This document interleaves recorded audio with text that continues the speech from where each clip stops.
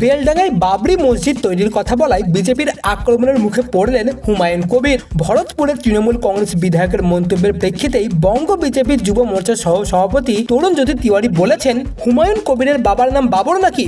হঠাৎ করে বাবরি মসজিদ তৈরি করার ইচ্ছা হলো কেন?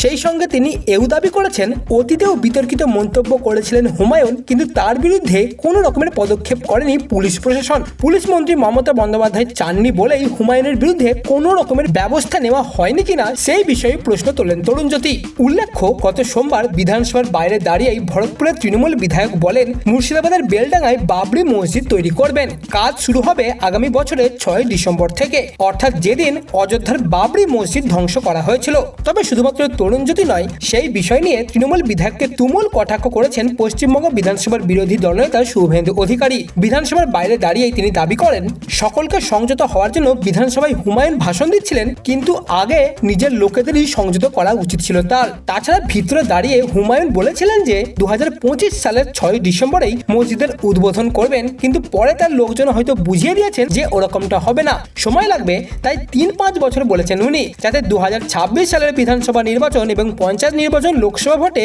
ফায়দা তোলা যায়। ভিডিও শেষ করার আগে একটি রিকোয়েস্ট, ভিডিওটিকে অবশ্যই একটি লাইক দিয়ে দেবেন এবং এই চ্যানেলে নতুন হলে অবশ্যই চ্যানেলটিকে সাবস্ক্রাইব করে নেবেন।